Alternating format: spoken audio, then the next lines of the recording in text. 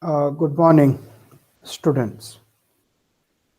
This is your first class on this paper titled Contemporary Political Thought. This is a new course. For the first time, department I am handling this course.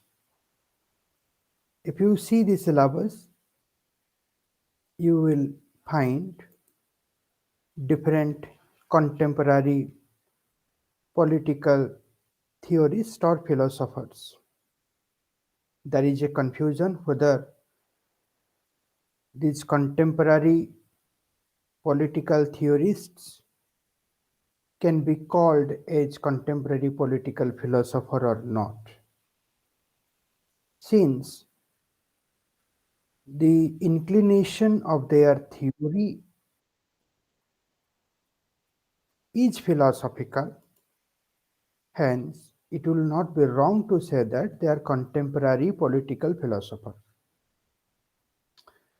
If you see the syllabus, you will find there are people or philosophers like Hannah Arendt, Fanon, John Rawls, Michael Sandel, then Dawkins, Bhikkhu Parekh, Charles Taylor, so on and so forth.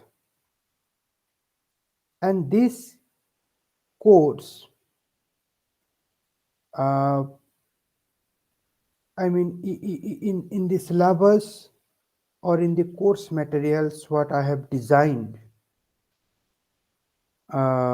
you will find some articles by these contemporary philosophers. You have to understand that articles, and in that articles you will find their uh, thoughts, right, or their philosophy, right. And for this course, I have planned to invite different academicians from the philosophy department to deliver, web talks, so that uh, it will lessen my responsibility to some extent, and it will give a kind of uh, it will give a kind of uh, help to our students. Since this paper is all about political philosophy, I think it will be good to take the help of philosophy scholars, those whose interest area is political philosophy. Their help becomes very significant. Uh, so I think students will get benefits from these, web talks by different, resource person. Since this is the, past lecture on this paper, I think uh, today we will discuss about what is this contemporary political thought and how to understand this contemporary political thought. This is an introductory lecture. You will get a sense of contemporary political thought. Now, uh, you know, uh, I want students to go through the earlier three talks on political theory. The first talk was given by Professor Acharya, a conceptual understanding of political theory. A second talk, it was given by Professor Syama Prasad Guru, Nature and Significance of Political Theory. And the third talk, it was given by Professor Acharya, Political Theory in Positivist Tradition and Interrogation. Now, after going through all these three talks, I want students to go through my lecture so that they will have better and clear understanding of contemporary political thought.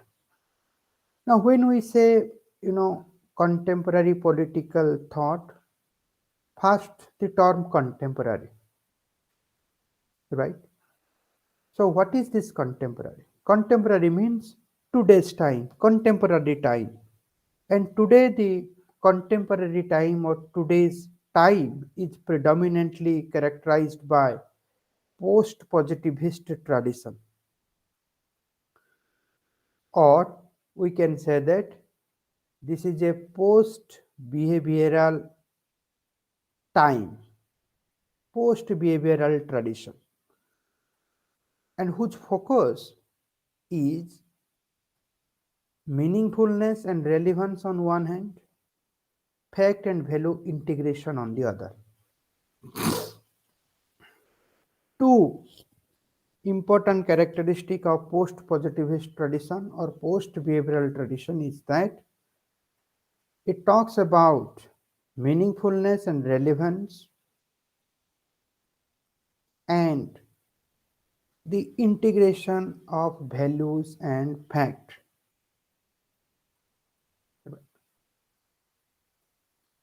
I will not define what is political theory or political thought.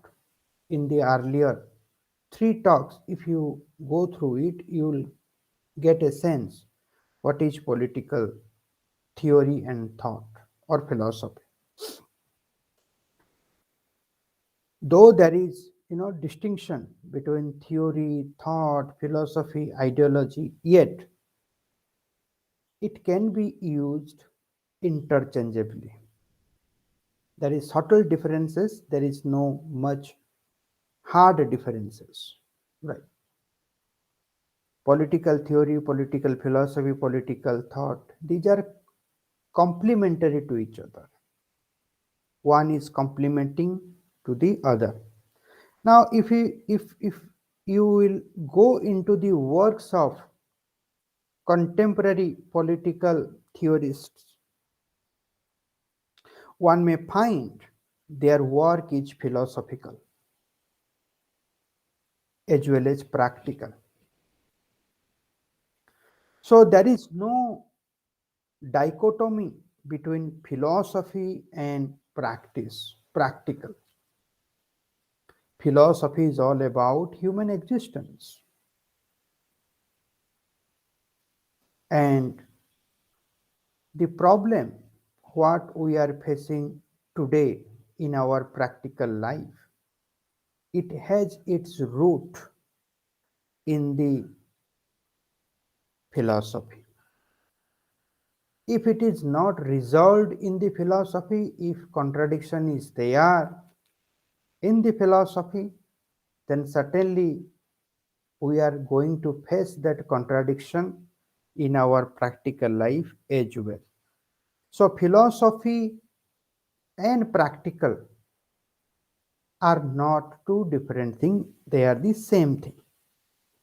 So, one may sense that practical problems of human life has its root in the unending philosophical debates.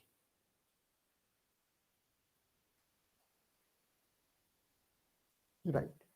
And secondly, you will sense that they their works exposes that meaning and relevance of their work cannot be detached from philosophy. If you see the works of Hannah Arendt, Fanon, Rawls, Berlin, Dawkins, David Held, uh, Charles Taylor, Vico Farek, Michael Walzer, then you will find that their approach is philosophical, but they are addressing to the practical problems. Hence, you will find meaningfulness and relevance of their work.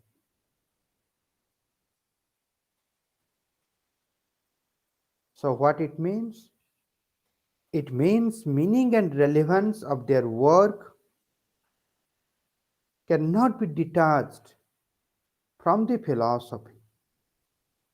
So, you will find their work is both value and fact oriented. Their work is very much dealing with the practical life of the individual, and their approach is philosophical approach. So you can get, and thereby their works represents meaning and relevance. So you will find there is fact value integration, you will find there is meaning and relevance, and you will find their work is both practical and philosophical, right? So their work exposes that meaning and relevance of a work cannot be detached from philosophy, right? So it means all the researcher must have the philosophical approach while doing research. So philosophical approach to our contemporary problems makes our work meaningful and relevant, right? So meaning and relevance cannot be detached from the philosophy. Why? It's because philosophy is all about the human existence. And philosophy, more particularly, it is all about human peaceful coexistence. Now, all these works of contemporary political theorists have concentrated on this question. What is this question? Now, how to develop a harmonious relation between individual, society, and state?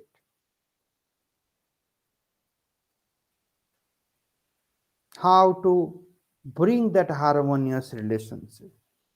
Or, in other words, how to develop fraternity?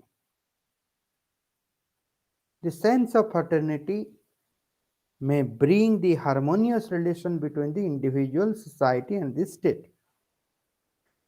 So, consequently, contemporary political theorists have produced three schools of thought, or contemporary political theorists are divided themselves into three schools of thought. And what are those three schools of thought? One is the egalitarian liberal school of thought.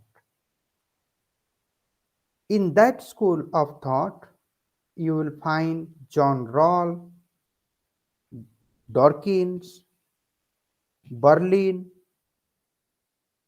The second school of thought is the libertarian school of thought. In that school of thought, you will find Nozick, Gautier. The third school of thought is the communitarian school of thought. Here you will find Michael Walzer, Charles Taylor, Benjamin Barber, Michael Sandel. These are the communitarian, or their philosophy represents the communitarian sense. Now, before we go into these school of thoughts, it is important to understand the genesis of post-positivist tradition, right? It is very important to understand the post-positivist tradition as it is the characteristic features of contemporary political thought. Contemporary political thought means it is the political thought in a post-positivist tradition. Contemporary political thought cannot ignore the aspects of post behavioral tradition. So we need to understand what is that post positivist tradition.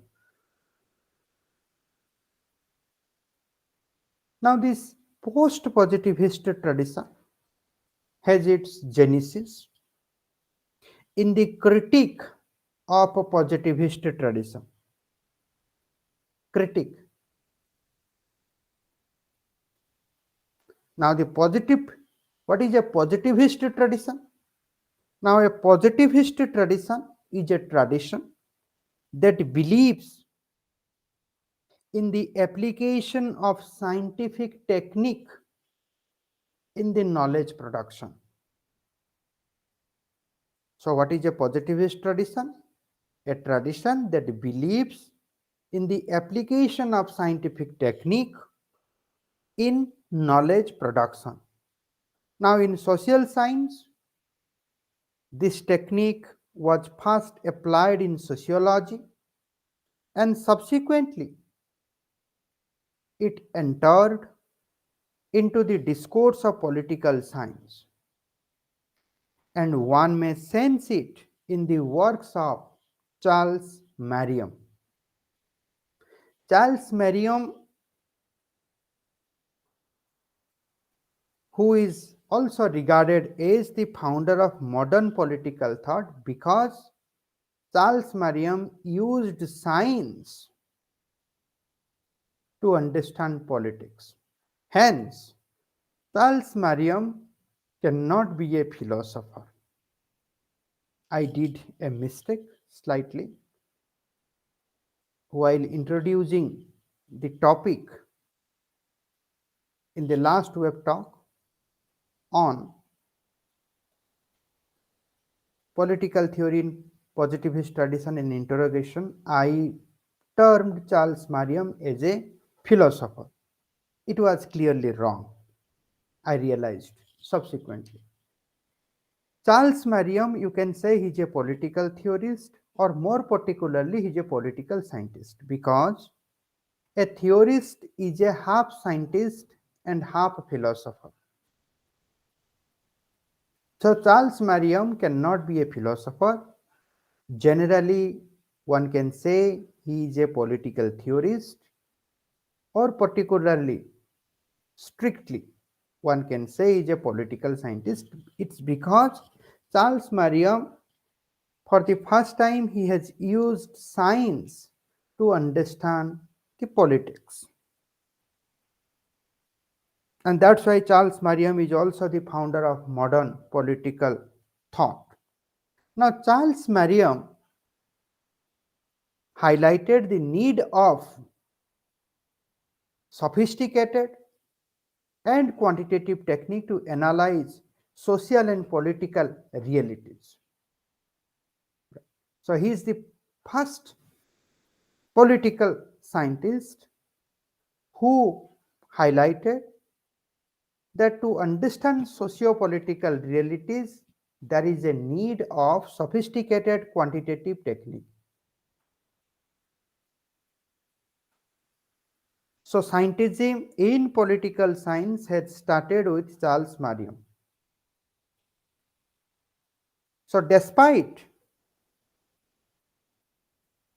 the growing commitment to scientism in the works of Merriam, there was little or there was no tension between the notion of empirical scientific theory and the study of history of political thought.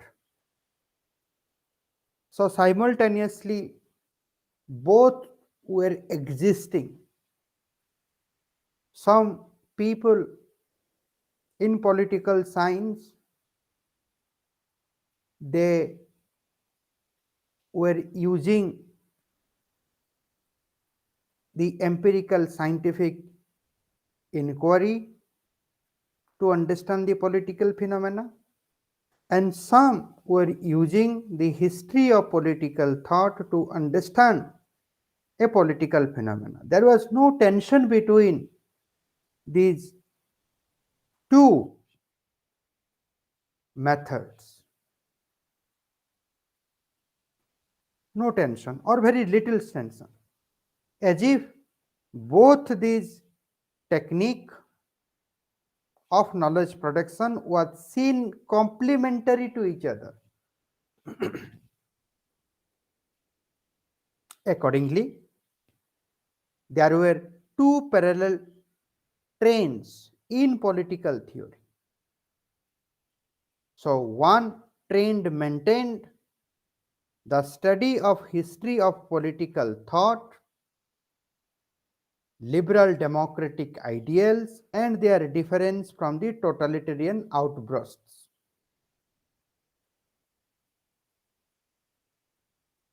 So this is the first, trend, and this trend was represented by George Sabine. And the approach George Sabine adopted to understand political theory, basically it is a historical approach. So that's why the title of his book is The History of Political Thought. That political thought, to be properly understood, requires a historical approach. And the other trend was tended towards political process and rational public policy. And this trend used the empirical and scientific inquiry to understand the socio-political phenomena or realities.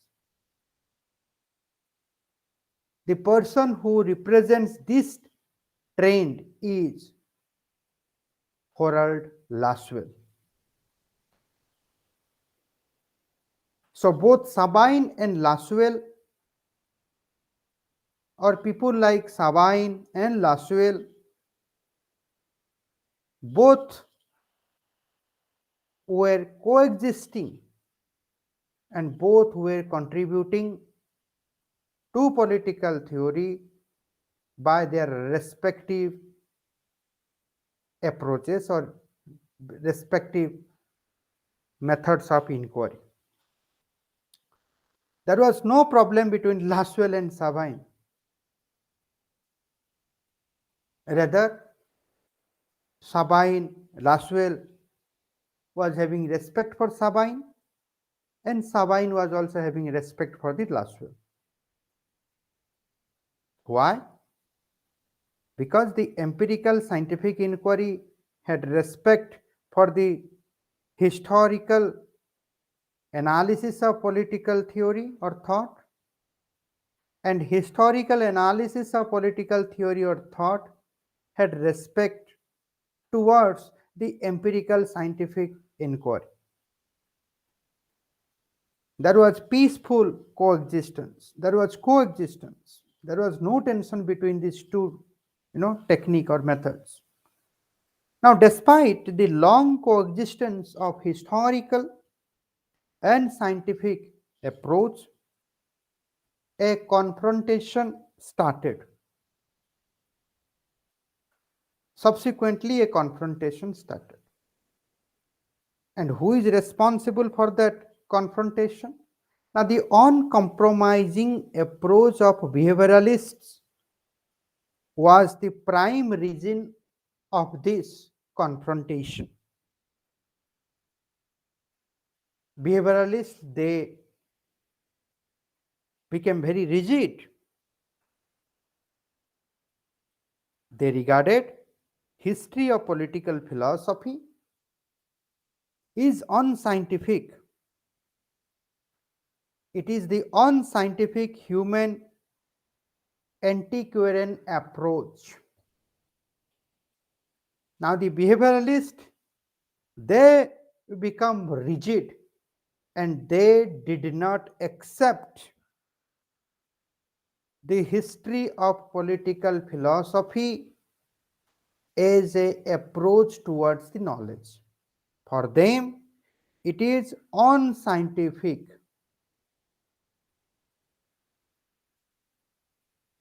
That is why it is the uncompromising approach of a behavioralist.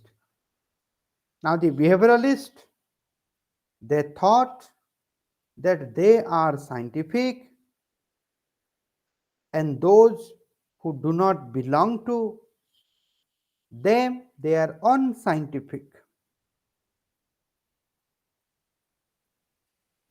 David Stern, he alleged that political theory has declined due to the historical study of politics. In one word, we can say that this is historicism. Now, David Stern, he blamed historicism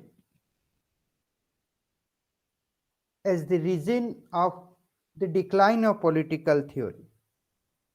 And he has referred the work of Dunnings and Sabine to justify his allegation.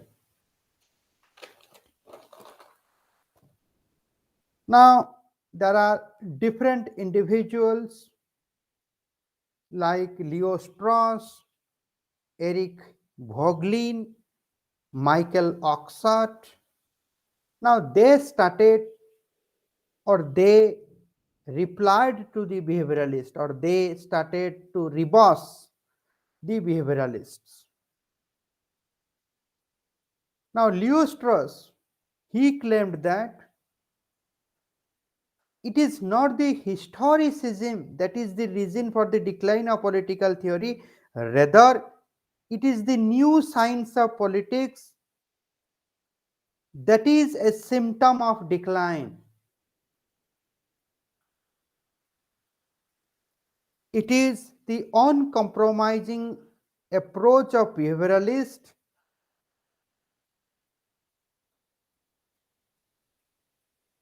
that is the main reason of the declination of political theory. It is the monopoly, this is my interpretation, it is the monopoly of behavioralist over science is the symptom of decline. For him, the study of past political ideals is required for understanding the modern political issues. That is very much required.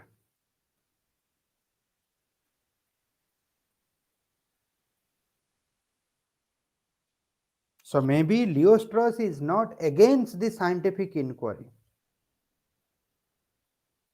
but overemphasizing scientific inquiry and dismissing the historical inquiry is the symptom of the decline of political theory. Past political ideas is very much required to understand the modern political issues. This is the position of Leo Strauss. Michael Oxford, he criticizes the rationalism and abets the traditionalism in politics.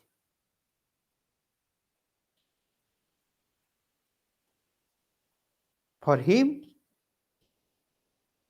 rationalism not only distinguishes between two kinds of knowledge, that is technical knowledge and practical knowledge. Technical knowledge basically means knowledge that is dealt with the rational faculty of individual, and practical knowledge is a knowledge that can be acquired through the experience. We will see in context of Fanon that how he has experienced colonialism and thereby he has acquired the knowledge. That is called phenomenology of colonialism. That is means understanding of colonialism through experience. That is the practical knowledge. So Oxford is saying rationalism distinguishes between the technical knowledge and practical knowledge. And more importantly, rationalism denies the practical knowledge because rationalism believes in rationality, not in experience. So rationalism has no regard towards the phenomenological understanding, understanding based on experience. So rationalism distinguishes between the technical knowledge and practical knowledge, and more importantly, it denies the existence of practical knowledge. And Oxford believed that the scientism is limited to the technical knowledge, which is only one aspect of knowledge. The scientism is limited to the one aspect of knowledge and it ignores the other aspect of the knowledge. It is limited to the technical knowledge and it ignores to the practical knowledge. And that practical knowledge is another aspect of knowledge which can be derived from the tradition and custom of the concerned society. So that is very important. Now, if we do not search solution in our tradition and custom and create new institution in accordance to it, we will definitely fail. So look at Oxford. So Oxford, again, he is not against the technical knowledge. Oxford is simply saying that both the knowledge is important. The technical knowledge must contribute positively to the practical knowledge.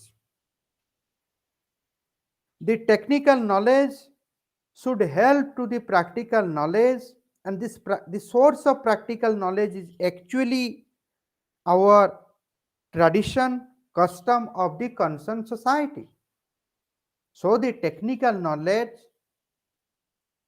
without imposing its own values on society, if the technical knowledge will assist the society to understand the problems of the society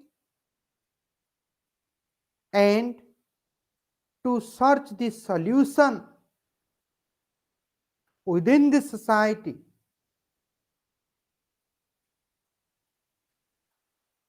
if the technical knowledge will help the society to find the solution in its own tradition, custom,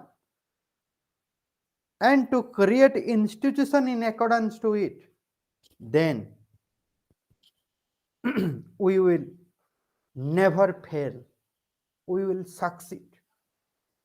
So technical knowledge should not hegemonize the practical knowledge. Rather, the technical knowledge must assist the technical knowledge must assist the practical knowledge to understand the problem, to solve the problem, and to create the various institutions in accordance to it.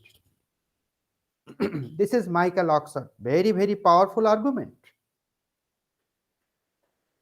Now, another person, Eric Voegelin. Now, he holds that philosophy has derailed due to the impact of positivism. Now, positivism has derailed the philosophy. The primary symbols of political realities are relegated in the background, and secondary symbols have become prominent in the scene. It is therefore very difficult to grasp political reality. So, what Voglin is making the sense? To him, reality is not what you see. What you see, that is not real, and what is real, that is not seen. मैं जो दिखता हूं वो हूं नहीं, जो मैं हूं वो दिखता नहीं. This is the sense. Now, to understand reality, you have to go beyond the physical world, you have to enter it into the metaphysical world. And entering to metaphysical world is the job of philosophy. And entering to physical world and limited to it is the job of positivism. So if you want to understand the reality, then you cannot ignore the philosophy, because the sense of metaphysics will help you to understand that reality.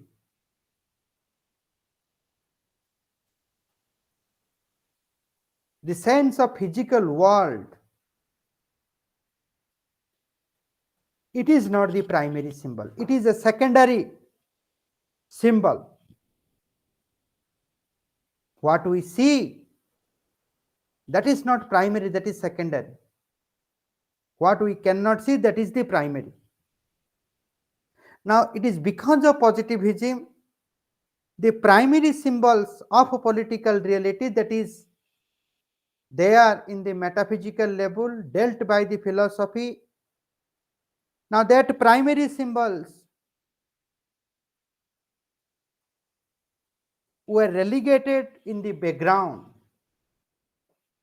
and secondary symbols became prominent in the scene, and that's why it becomes very difficult to grasp the political reality. So overall,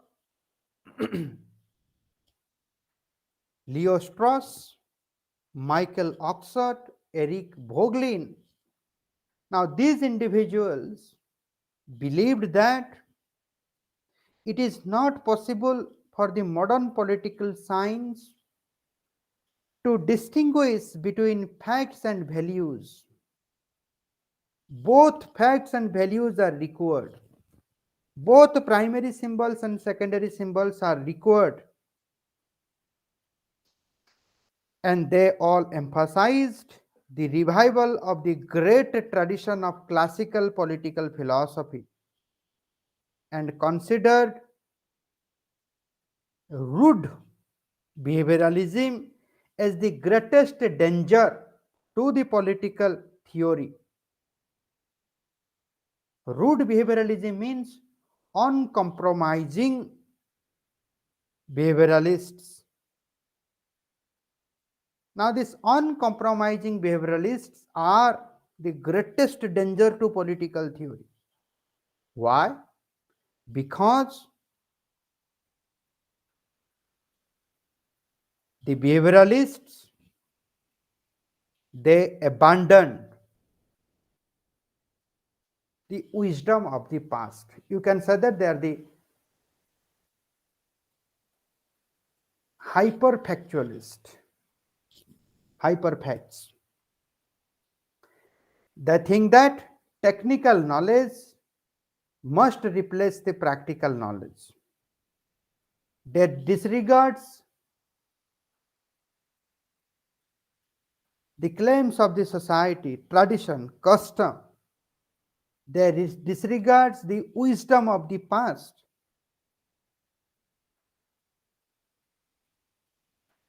Now, the arguments given by Leo Strauss, Michael Oxford, Eric Vogelin. Now, this controversy one can or one may find in one articles written by Berlin, that is, does political theory still exists? And this controversy is also mentioned in the introduction of a book by Plementas, that is Man and Society. One can find the sense. Now, due to this penetrating attack, the positivist assumption got weakened in the field of political theory. Very sharp argument by Leo Strauss, Eric Vogelin, Michael Oxford. Now, due to this attack, positivist assumption got weakened, and political theorists started connecting themselves with this substantial issue rather purely with scientific or historical identity.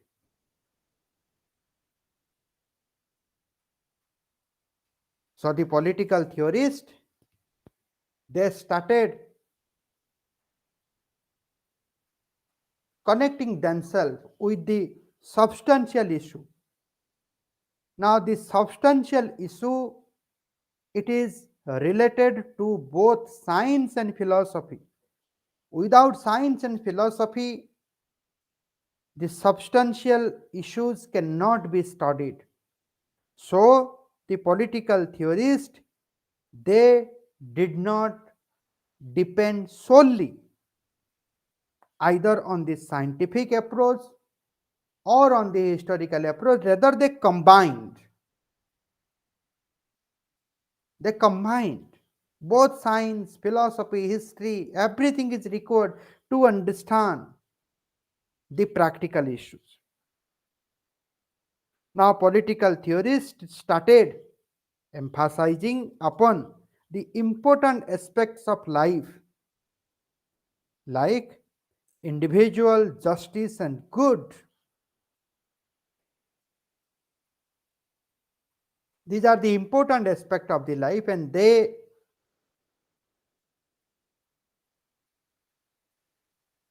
started emphasizing on it. And much attention was paid to various patterns and structure of relationship between individual society and state.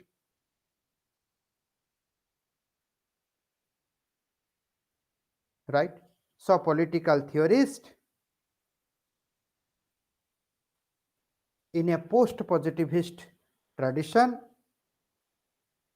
they were interested to understand the substantial practical issues of human life, and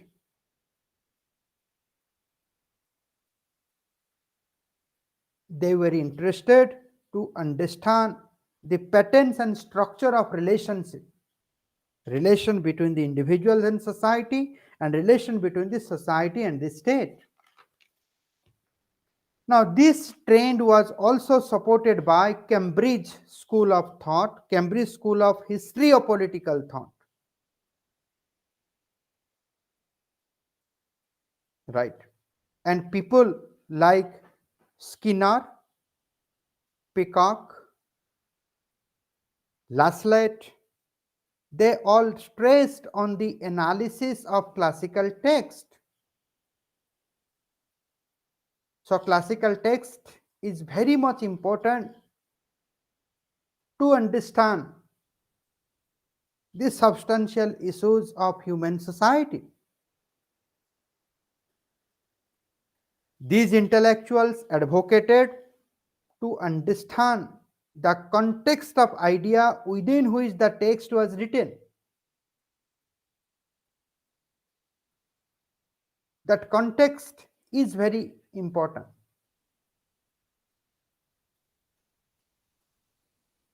Understanding means understanding the contents and understanding the contents context within which that content was written. So a better understanding is that understanding which is based on contextual understanding along with content understanding.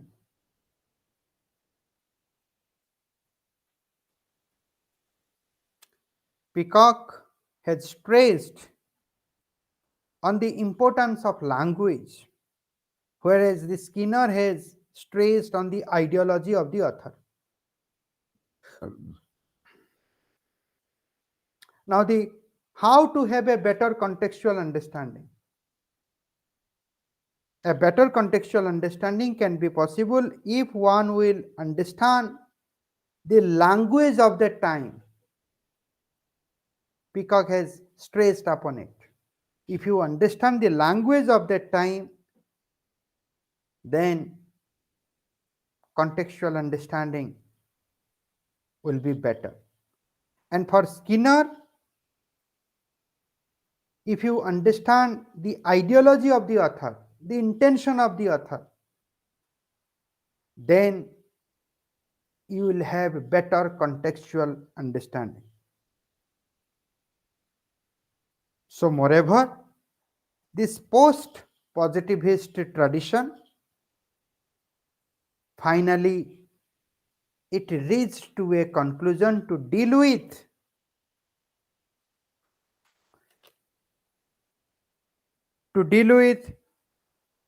the substantial issues of human society. Finally, it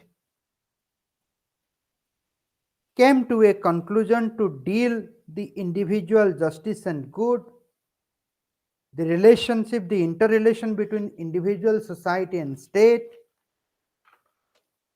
and this post positivist tradition taught political theorists to have a contextual understanding. So, post positivist tradition is not against the positivist tradition. Post positivist tradition is a updation of positivist tradition. Post positivist tradition accepts the technical knowledge, but at the same time, it recognizes the practical knowledge, and both the knowledge should be integrated, and both the knowledge must be directed towards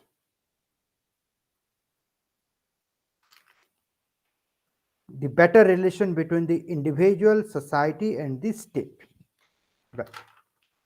So now let's understand, or let's go back to the three schools of thought of contemporary political theorists. In the beginning, I mentioned the egalitarian liberal school of thought, the libertarian school of thought, the communitarian school of thought. All these contemporary political theories, they got divided into these three schools of thought. So we will spend some time to understand what is that school of thought. So let me take 2 or 3 minutes break, then I am back.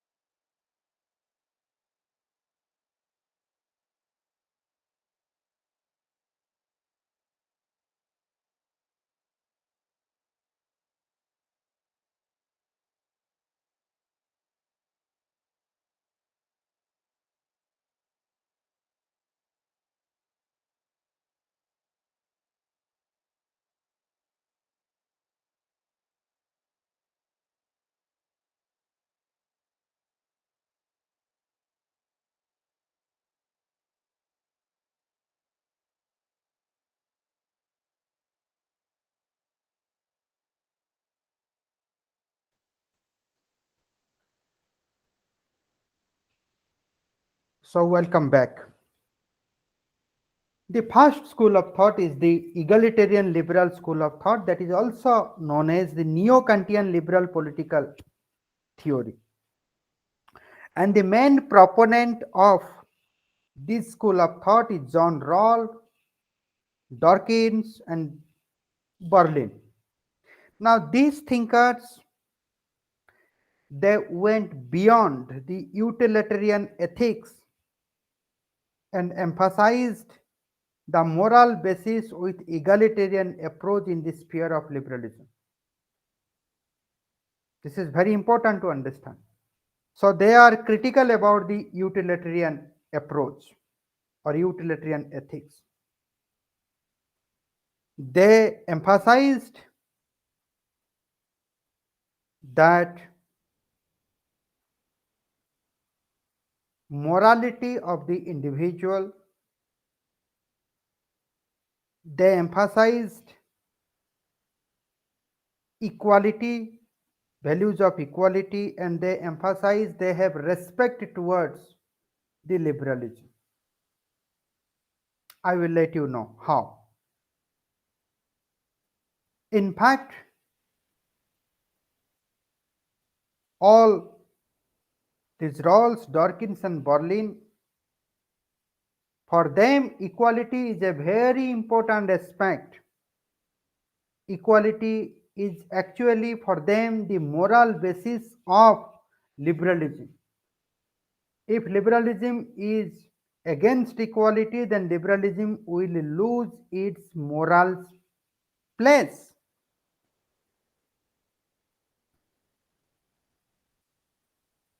Rawls, he critiqued utilitarian beliefs in favor of establishing a just social system.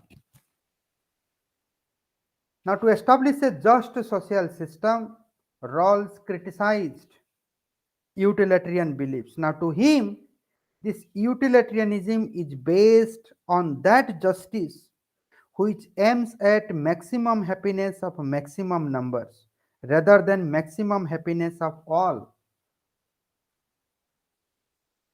So, in a sense, utilitarianism for Rawls ultimately ends with the maximum happiness of maximum numbers, that is the majoritarian system. It believes in Bahumata, majoritarianism. Utilitarian belief is not talking towards the maximum happiness of all, that is Sarvamata.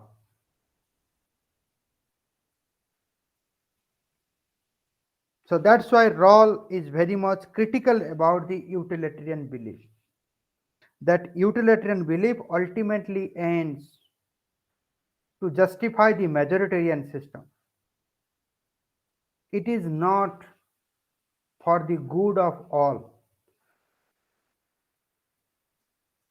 And what Rawls has provided, now Rawls on one hand considers individuals as equal rational being because every individual has a moral worth.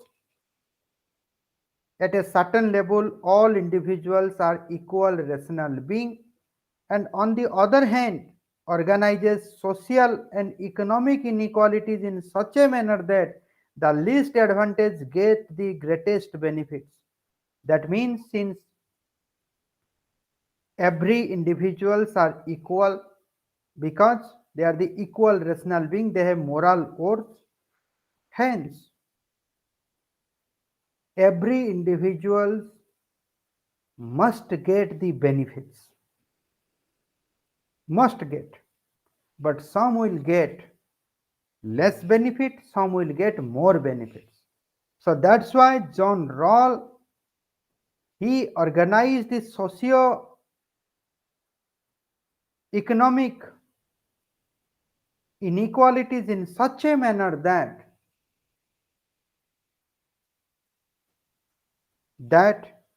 the least advantage, the person who is in the disadvantaged section, he will get the maximum greatest benefits, and a person who is in advantage section, he will get a less benefits. Everybody will get benefits. If you are disadvantaged, then you will get more benefits. If you are advantaged, then you will get less benefits. So this is the egalitarian liberal school of thought. In your quotes, political liberalism of John Rawls is there, justice as fairness of John Rawls is there. You can understand, or this sense, this egalitarian, this the sense given by this egalitarian liberal school of thought, this sense will help you to understand when you will deal with political liberalism aspect and justice as fairness aspect. The second school of thought that is communitarian school of sorry that is libertarian school of thought, that school is represented by Robert Nozick and David Gautier. Now they are the chief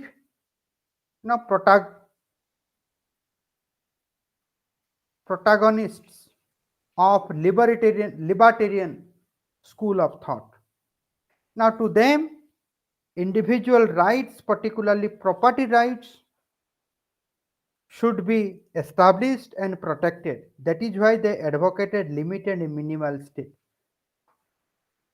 Now Nozick has problem with John Rawls. Now Nozick charges Rawls of hampering the rights of individuals.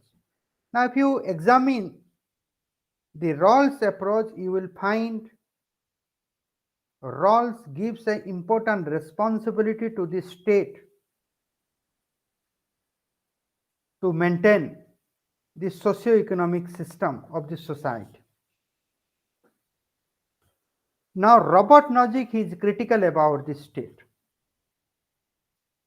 So Robert Nozick is not happy about the state because why Nozick charges Rawls hampering the rights of the individual? It is because Rawls had justified the state to exist and to curtail the individual's right.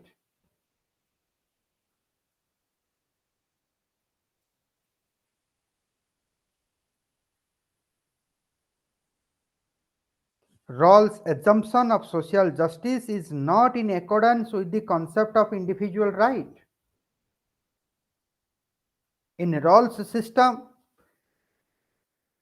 individuals have to compromise their rights because state has every right to tax the rich and generate the wealth, distribute the wealth among the disadvantaged section.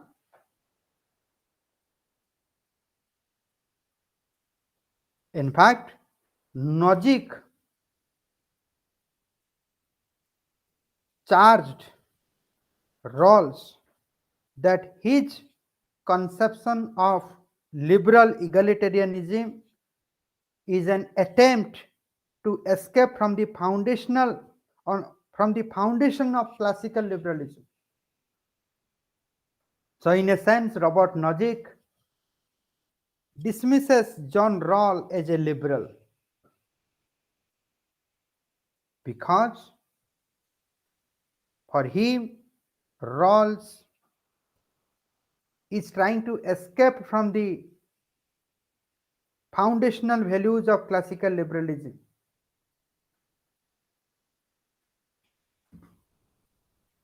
Now, Nozick perceived it as a danger, as there is strong possibility of an emergence of an authoritarian regime. So Nozick is afraid of Rawlsian approach because Rawlsian approach there is a possibility of the emergence of an authoritarian regime. Nozick As a neoliberal, he is very much critical about or critical on the role of the state. However, Najik is not an anarchist.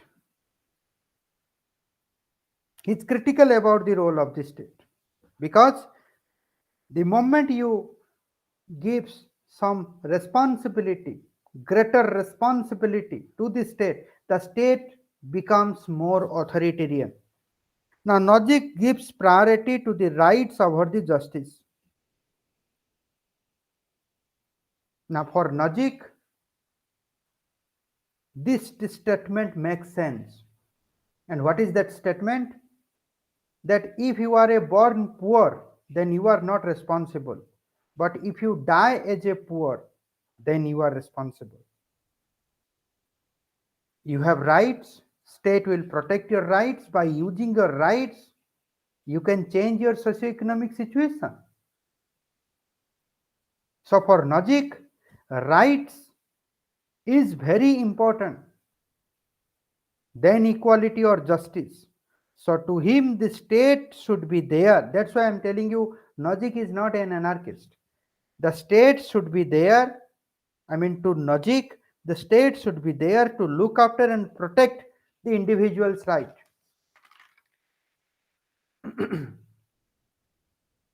The state has no power beyond the function of the protection of individual right. The state is there to protect the individual right. Now, individual, by using their right, individual can change their socio-economic condition. By using their rights, individuals can become better individuals. They can create better society, better state. So rights is the basis of creating a just society, just individual, a just state. However, for Rawls, equality is the base of creating a just individual, just society, and just state.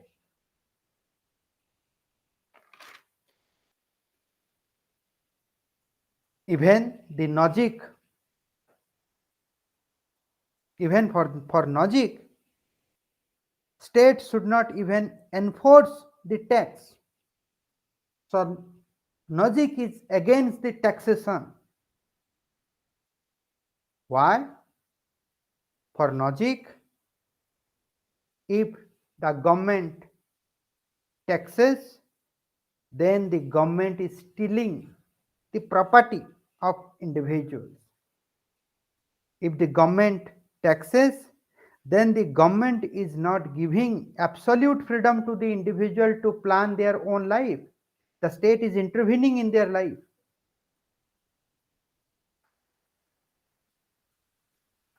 So Najik was a great supporter of absolute freedom of individual, that let individual decide what is good and bad for his or her life.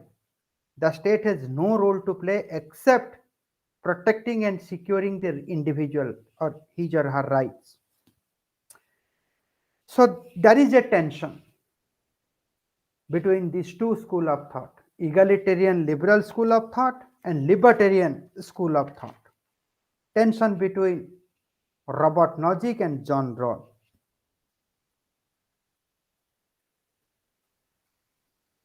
There is unending debates. Every philosophical debates are unending.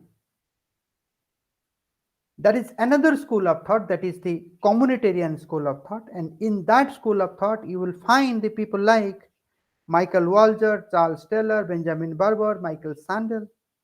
Now they constitute the communitarian school of thought.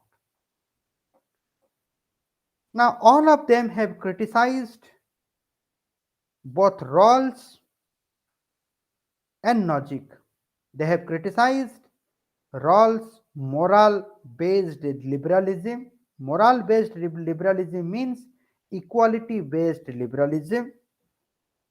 and Nogic's right-based liberalism.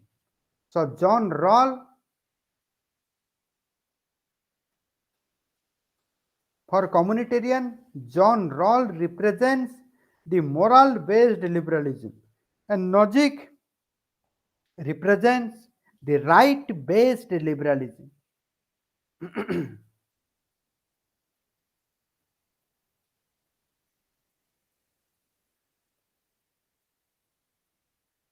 And what is the criticism of communitarian? Now, for communitarian, both John Rawls and Robert Nozick, they could not separate themselves from the individualistic character of their political discourse.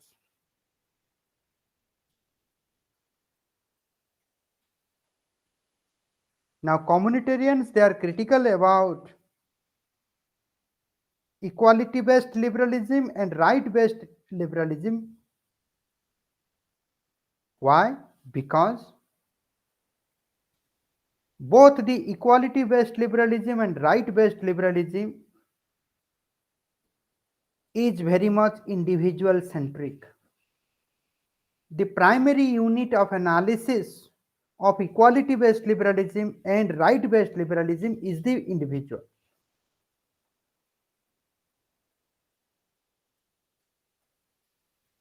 They, I mean, John Rawls and Robert Nozick, they try to establish a political discourse emphasizing on individuals, not on the society, not on the group, community, larger entity. Now, for them, for communitarian, there is a inconsistency between methodology and aims in both John Rawls and Robert Nozick conception. Both are trapped by the problem of inconsistency. What is that inconsistency? Now, if one will see the methodology and the goal or aim of John Rawls and Robert Nozick, then you will find the inconsistency. The methodology of John Rawls and Robert Nozick is very much individualistic, but the goal is communitarian. The unit of analysis is individual, but the goal is to establish a better society, better state, better community, a harmonious relation between individual, society, and state. When I'm saying individuals, it is more than one individual. So for communitarian, there is an inconsistency in the conceptualization of John Rawls and Robert Nozick, while the methodology is very much individualistic. Their goal is communitarian. As a result, both Nozick and John Rawls have failed to provide a requisite plan of communal life. Now, communitarian, they are for the establishment of communal life. And communitarians, Walter, Taylor, Barber, Sandel, all of them argued that Rawls and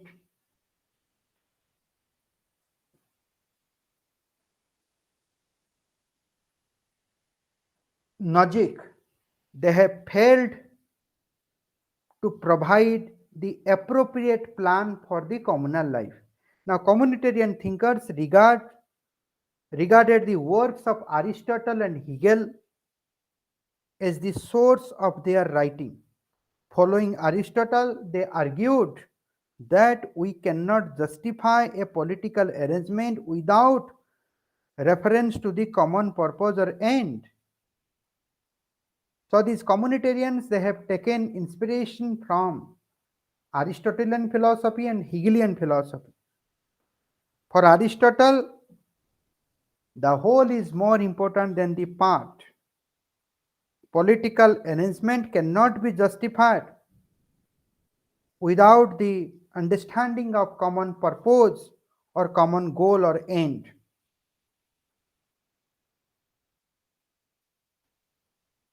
Following Hegel's, communitarians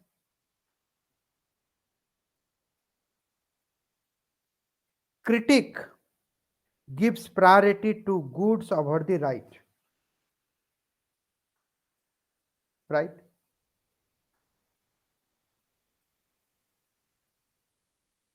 Goods over the right. So what is important? Common good is very important than individual's right. Individual right is of secondary importance. Rights can be compromised for common good. Common good cannot be compromised for the rights. Now, communitarian holds that argument. Now, Walger rejects political theory of John Rawls and Nozick because both Nozick and John Rawls, both moral based, equality based liberalism and right based liberalism, both these approach detach individual from his or her social context.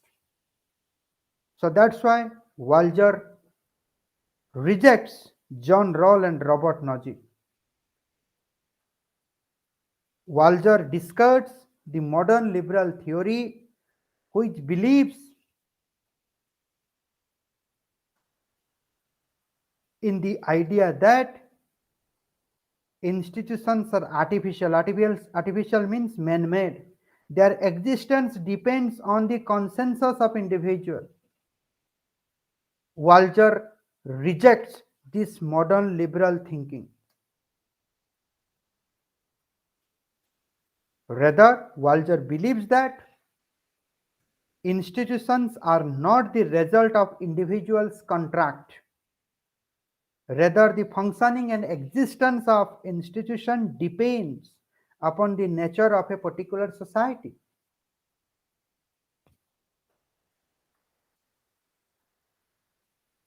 Right? So, for Walger, every institution is an organism.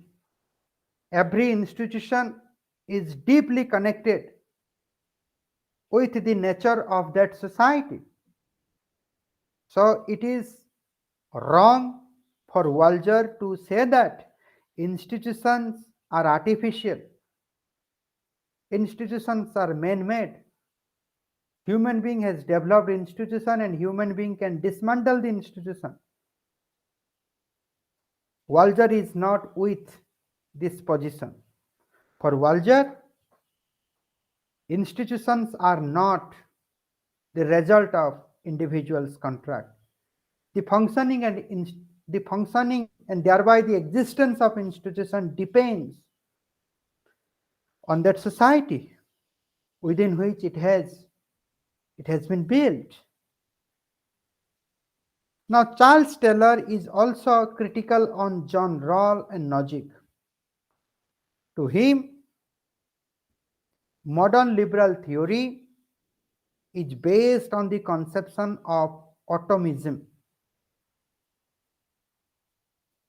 which believes that individual is self-sufficient. Why Charles disregard Rawls and Nozick? It is because both Rawls and Nozick believes in the conception of atomism. Both believes that individuals are self-sufficient. Now Taylor discards the conception of modern self and upholds the social thesis.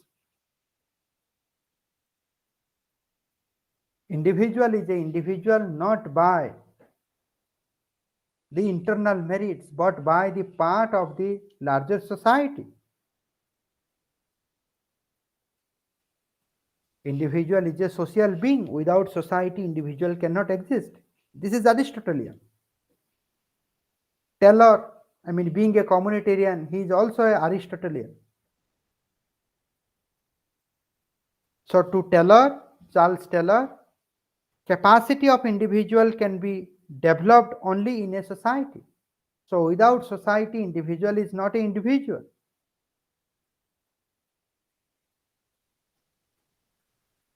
The disregard of Charles Taylor to John Rawls and Robert Nozick is because both Rawls and Nozick they have disregarded individual social identity. They did not talk about how individual depends on the larger society, how society makes and unmakes the individual. They believe only one aspect, that individual makes the society.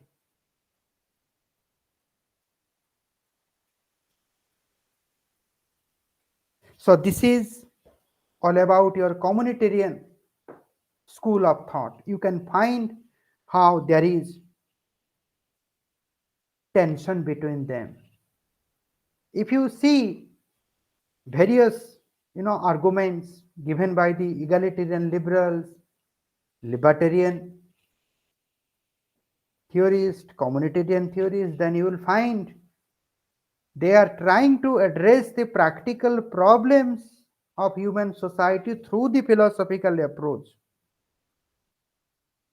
So the contemporary political philosophers, they all have been working in the field of moral, legal, and political philosophy. The approach is very much philosophical approach. Some writers therefore regards contemporary political theory or political thought as non-political or anti-political because it is predominantly philosophical. Predominantly. And this philosophical, this is all about they are trying to find the solution in the philosophy. They are trying to find the solution of the practical problems of human society in the philosophy. This post positivist tradition,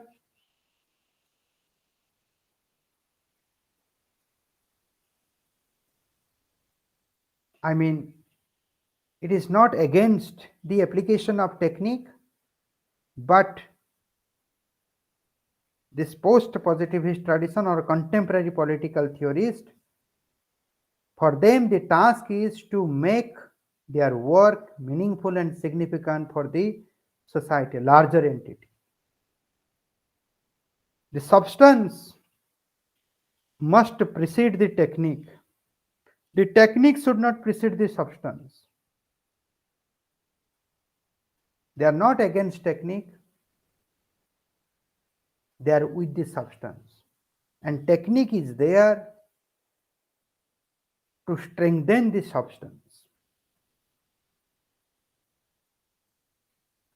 For me, I don't think that philosophical and political are separated. There is also politics in philosophy.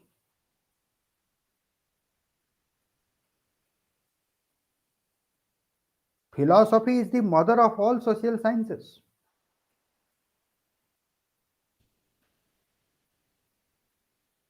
So as long as the contemporary political theories they are dealing with human life,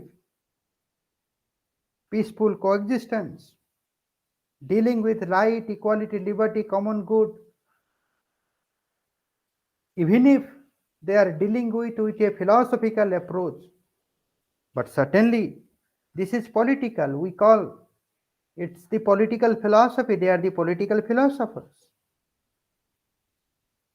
So whether it is Walzer, Taylor, Barber, Sandel, John Rawls, Michael Walzer, Hannah Arendt, Fanon, Vico Parekh, David Held, no doubt they have used the philosophical approach. Yet they cannot be called as a philosopher only, since their philosophy is related with politics. They are the political philosophers. So I hope you get a sense of what is this contemporary political philosophy. You can connect who is that philosopher, political philosopher, in which school of thought that political philosopher belongs. And then it will make easy for you to understand the works of that philosopher. So I hope this introductory lecture on contemporary political thought, it will help all the students to large extent to deal with these quotes freely and fairly without any fear. This course records your involvement so that you will subsequently find it interesting. So your deep involvement is required in this course. So thank you, students. We will meet next time. I will let you know.